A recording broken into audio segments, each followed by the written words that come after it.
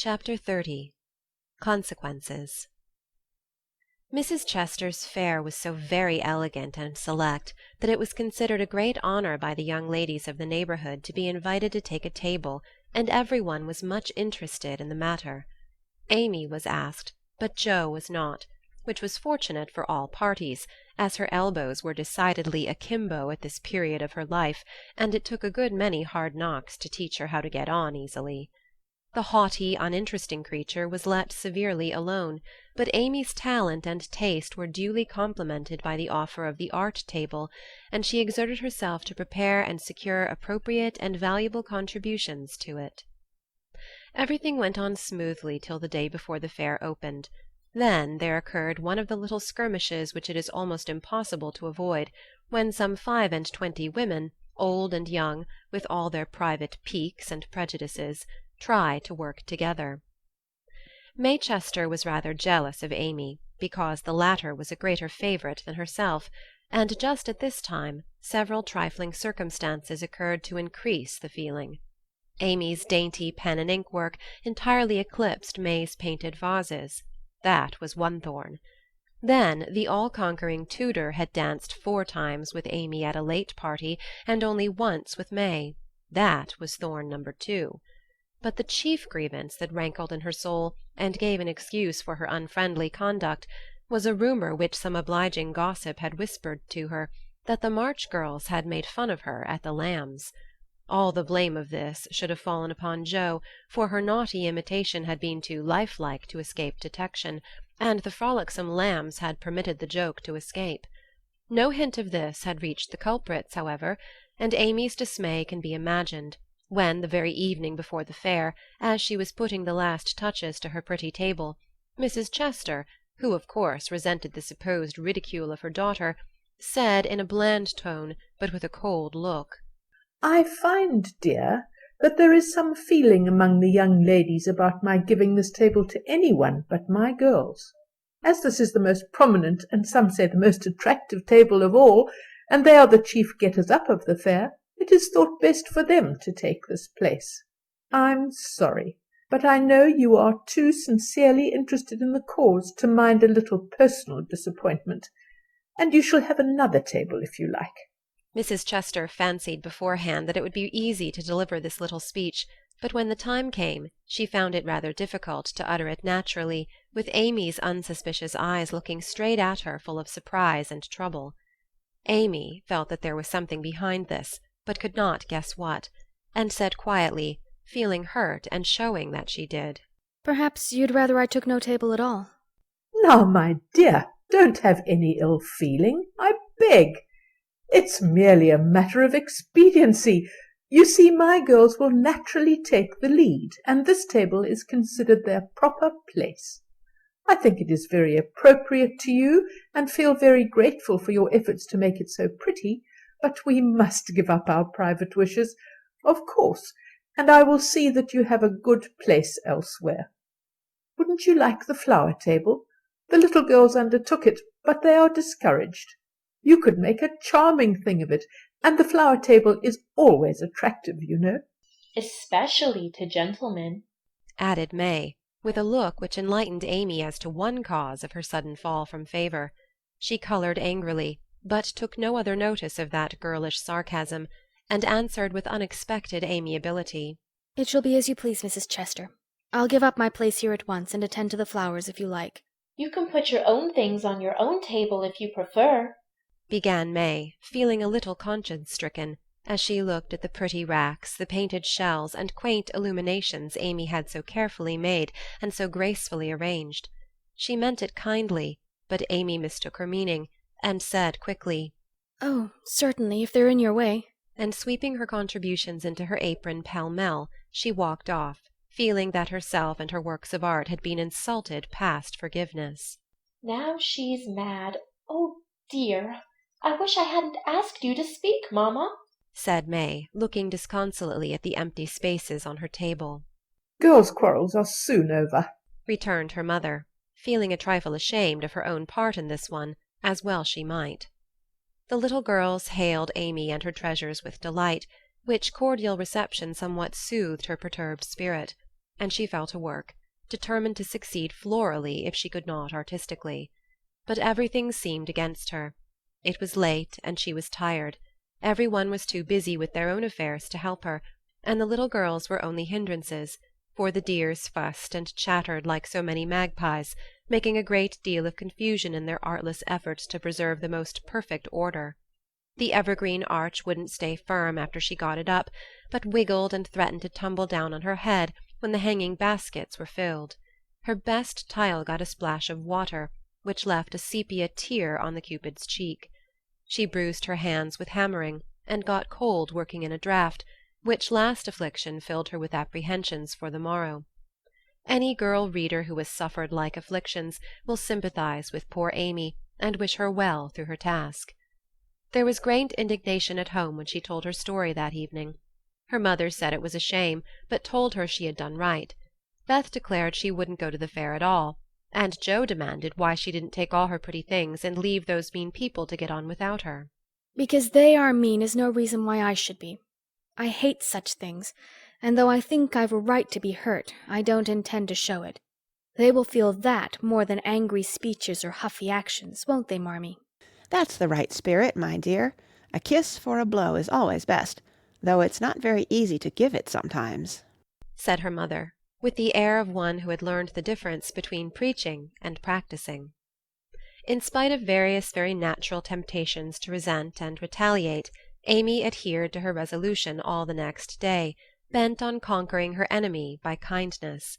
She began well, thanks to a silent reminder that came to her unexpectedly but most opportunely. As she arranged her table that morning, while the little girls were in the anteroom filling the baskets, she took up her pet production, a little book, the antique cover of which her father had found among his treasures, and in which, on leaves of vellum, she had beautifully illuminated different texts. As she turned the pages, rich in dainty devices, with very pardonable pride, her eye fell upon one verse that made her stop and think. Framed in a brilliant scroll-work of scarlet, blue, and gold, with little spirits of good-will helping one another up and down among the thorns and flowers, were the words, "Thou shalt love thy neighbor as thyself." I ought, but I don't, thought Amy, as her eye went from the bright page to May's discontented face behind the big vases, that could not hide the vacancies her pretty work had once filled. Amy stood a minute, turning the leaves in her hand, reading on each some sweet rebuke for all heart-burnings and uncharitableness of spirit. Many wise and true sermons are preached us every day by unconscious ministers in street, school, office, or home. Even a fair table may become a pulpit, if it can offer the good and helpful words which are never out of season. Amy's conscience preached her a little sermon from that text then and there, and she did what many of us do not always do, took the sermon to heart, and straightway put it in practice. A group of girls were standing about May's table, admiring the pretty things, and talking over the change of saleswomen. They dropped their voices, but Amy knew they were speaking of her, hearing one side of the story and judging accordingly. It was not pleasant, but a better spirit had come over her, and presently a chance offered for proving it. She heard May say sorrowfully, "It's too bad, for there's no time to make other things, and I don't want to fill up with odds and ends. The table was just complete then. Now it's spoiled." "I dare say she'd put them back if you asked her," suggested someone. "How could I, after all the fuss?" began May, but she did not finish, for Amy's voice came across the hall, saying pleasantly, You may have them and welcome without asking if you want them. I was just thinking I'd offer to put them back, for they belong to your table rather than mine. Here they are. Please take them, and forgive me if I was hasty in carrying them away last night." As she spoke, Amy returned her contribution with a nod and a smile, and hurried away again, feeling that it was easier to do a friendly thing than it was to stay and be thanked for it. "Now, I call that lovely of her, don't you?" cried one girl. May's answer was inaudible, but another young lady, whose temper was evidently a little soured by making lemonade, added with a disagreeable laugh, "Very lovely, for she knew she wouldn't sell them at her own table." Now that was hard. When we make little sacrifices we like to have them appreciated at least, and for a minute Amy was sorry she had done it, feeling that virtue was not always its own reward.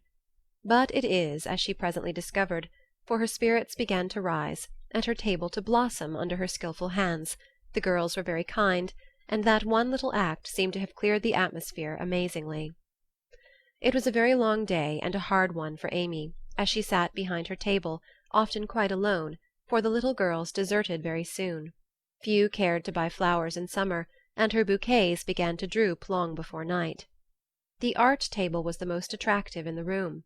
There was a crowd about it all day long, and the tenders were constantly flying to and fro with important faces and rattling money-boxes. Amy often looked wistfully across, longing to be there, where she felt at home and happy, instead of in a corner with nothing to do. It might seem no hardship to some of us, but to a pretty, blithe young girl it was not only tedious, but very trying, and the thought of Laurie and his friends made it a real martyrdom. She did not go home till night, and then she looked so pale and quiet that they knew the day had been a hard one, though she made no complaint, and did not even tell what she had done. Her mother gave her an extra cordial cup of tea. Beth helped her dress, and made a charming little wreath for her hair, while Jo astonished her family by getting herself up with unusual care, and hinting darkly that the tables were about to be turned. Don't do anything rude, pray, Jo. I won't have any fuss made, so let it all pass and behave yourself, begged Amy, as she departed early, hoping to find a reinforcement of flowers to refresh her poor little table. I merely intend to make myself entrancingly agreeable to every one I know, and to keep them in your corner as long as possible. Teddy and his boys will lend a hand, and we'll have a good time yet, returned Jo, leaning over the gate to watch for Laurie. Presently the familiar tramp was heard in the dusk, and she ran out to meet him. "Is that my boy?" As sure as this is my girl. And Laurie tucked her hand under his arm with the air of a man whose every wish was gratified. "Oh, Teddy, such doings!" And Jo told Amy's wrongs with sisterly zeal. A flock of our fellows are going to drive over by and by, and I'll be hanged if I don't make them buy every flower she's got and camp down before her table afterward, said Laurie, espousing her cause with warmth. "The flowers are not at all nice, Amy says, and the fresh ones may not arrive in time. I don't wish to be unjust or suspicious, but I shouldn't wonder if they never came at all. When people do one mean thing they are very likely to do another," observed Jo in a disgusted tone. Didn't Hayes give you the best out of our gardens? I told him to. "I didn't know that. He forgot, I suppose, and as your grandpa was poorly I didn't like to worry him by asking, though I did want some." Now, Jo, how could you think there was any need of asking? They're just as much yours as mine. Don't we always go halves in everything? began Laurie, in the tone that always made Jo turn thorny. "Gracious, I hope not. Half of some of your things wouldn't suit me at all. But we mustn't stand philandering here. I've got to help Amy, so you go and make yourself splendid, and if you'll be so very kind as to let Hayes take a few nice flowers up to the hall, I'll bless you forever." Couldn't you do it now? asked Laurie, so suggestively that Jo shut the gate in his face with inhospitable haste, and called through the bars, "Go away, Teddy, I'm busy." Thanks to the conspirators, the tables were turned that night, for Hayes sent up a wilderness of flowers, with a loverly basket arranged in his best manner for a centrepiece. Then the March family turned out en masse, and Jo exerted herself to some purpose, for people not only came, but stayed, laughing at her nonsense, admiring Amy's taste, and apparently enjoying themselves very much. Laurie and his friends gallantly threw themselves into the breach, bought up the bouquets, encamped before the table, and made that corner the liveliest spot in the room. Amy was in her element now, and out of gratitude, if nothing more, was as sprightly and gracious as possible, coming to the conclusion, about that time, that virtue was its own reward after all. Jo behaved herself with exemplary propriety, and when Amy was happily surrounded by her guard of honor, Jo circulated about the hall, picking up various bits of gossip which enlightened her upon the subject of the Chester change of base. She reproached herself for her share of the ill-feeling, and resolved to exonerate Amy as soon as possible. She also discovered what Amy had done about the things in the morning, and considered her a model of magnanimity. As she passed the art table she glanced over it for her sister's things, but saw no sign of them. "Tucked away out of sight, I dare say," thought Jo, who could forgive her own wrongs, but hotly resented any insult offered her family. "Good evening, Miss Jo. How does Amy get on?" asked May with a conciliatory air, for she wanted to show that she could also be generous. "She has sold everything that was worth selling. and now she is enjoying herself. The flower table is always attractive, you know, especially to gentlemen." Joe couldn't resist giving that little slap, but May took it so meekly she regretted it a minute after, and fell to praising the great vases, which still remained unsold. "Is Amy's illumination anywhere about? I took a fancy to buy that for father," said Joe, very anxious to learn the fate of her sister's work. Everything of Amy's sold long ago. I took care that the right people saw them, and they made a nice little sum of money for us," returned May, who had overcome sundry small temptations, as well as Amy had that day. Much gratified, Joe rushed back to tell the good news, and Amy looked both touched and surprised by the report of May's word and manner. Now, gentlemen, I want you to go and do your duty by the other tables as generously as you have by mine, especially the art table," she said, ordering out Teddy's own, as the girls called the college friends. "Charge, Chester, charge," is the motto for that table, but do your duty like men, and you'll get your money's worth of art in every sense of the word," said the irrepressible Joe, as the devoted phalanx prepared to take the field. "To hear is to obey, but March is fairer far than May," said little Parker, making a frantic effort to be both witty and tender, and getting promptly quenched by Laurie, who said, "Very well, my son, for a small boy," and walked him off, with a paternal pat on the head. "Buy the vases," whispered Amy to Laurie, as a final heaping of coals of fire on her enemy's head. To May's great delight, Mr. Lawrence not only bought the vases, but pervaded the hall with one under each arm. The other gentlemen speculated with equal rashness in all sorts of frail trifles, and wandered helplessly about afterwards, burdened with wax flowers, painted fans, filigree portfolios, and other useful and appropriate purchases. Aunt Carol was there, heard the story, looked pleased, and said something to Mrs. March in a corner, which made the latter lady beam with satisfaction, and watch Amy with a face full of mingled pride and anxiety, though she did not betray the cause of her pleasure till several days later. The fair was pronounced a success, and when May bade Amy good night, she did not gush as usual, but gave her an affectionate kiss, and a look which said, "Forgive and forget." That satisfied Amy, and when she got home she found the vases paraded on the parlor chimney-piece with a great bouquet in each. "The reward of merit for a magnanimous march," as Laurie announced with a flourish. "You've a deal more principle and generosity and nobleness of character than I ever gave you credit for, Amy. You've behaved sweetly, and I respect you with all my heart," said Joe warmly, as they brushed their hair together late that night. Yes, we all do. And love her for being so ready to forgive. It must have been dreadfully hard, after working so long, and setting your heart on selling your own pretty things. I don't believe I could have done it as kindly as you did," added Beth from her pillow. "Why, girls, you needn't praise me so. I only did as I'd be done by. You laugh at me when I say I want to be a lady, but I mean a true gentlewoman in mind and manners, and I try to do it as far as I know how. I can't explain exactly, but I want to be above the little meannesses and follies and faults that spoil so many women. I'm far from it now, but I do my best, and I hope in time to be what Mother is." Amy spoke earnestly, and Joe said with a cordial hug, "I understand now what you mean, and I'll never laugh at you again. You are getting on faster than you think, and I'll take lessons of you in true politeness, for you've learned the secret, I believe. Try away, dearie. You'll get your reward some day, and no one will be more delighted than I shall." A week later Amy did get her reward, and poor Joe found it hard to be delighted. A letter came from Aunt Carol, and Mrs. March's face was illuminated to such a degree when she read it that Joe and Beth, who were with her, demanded what the glad tidings were.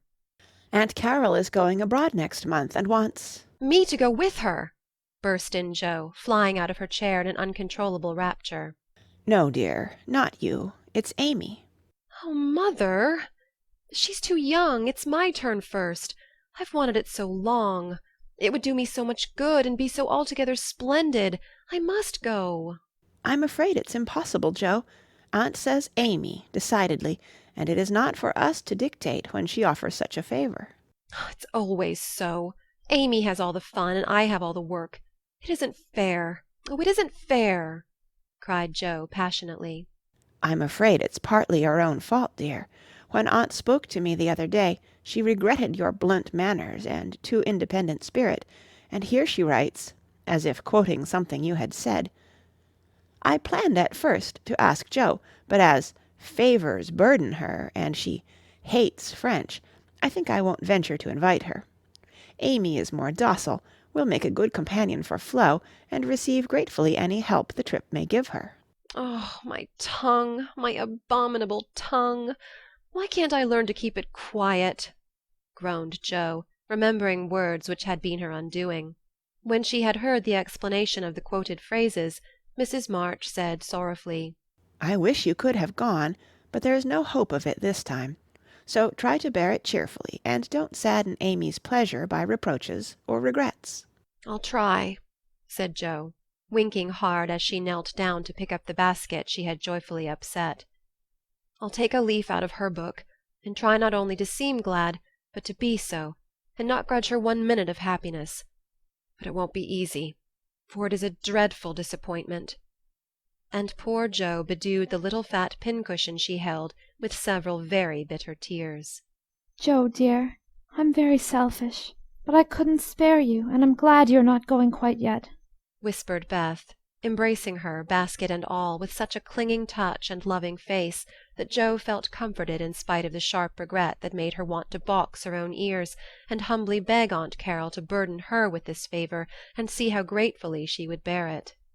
By the time Amy came in, Jo was able to take her part in the family jubilation, not quite as heartily as usual perhaps, but without repinings at Amy's good fortune.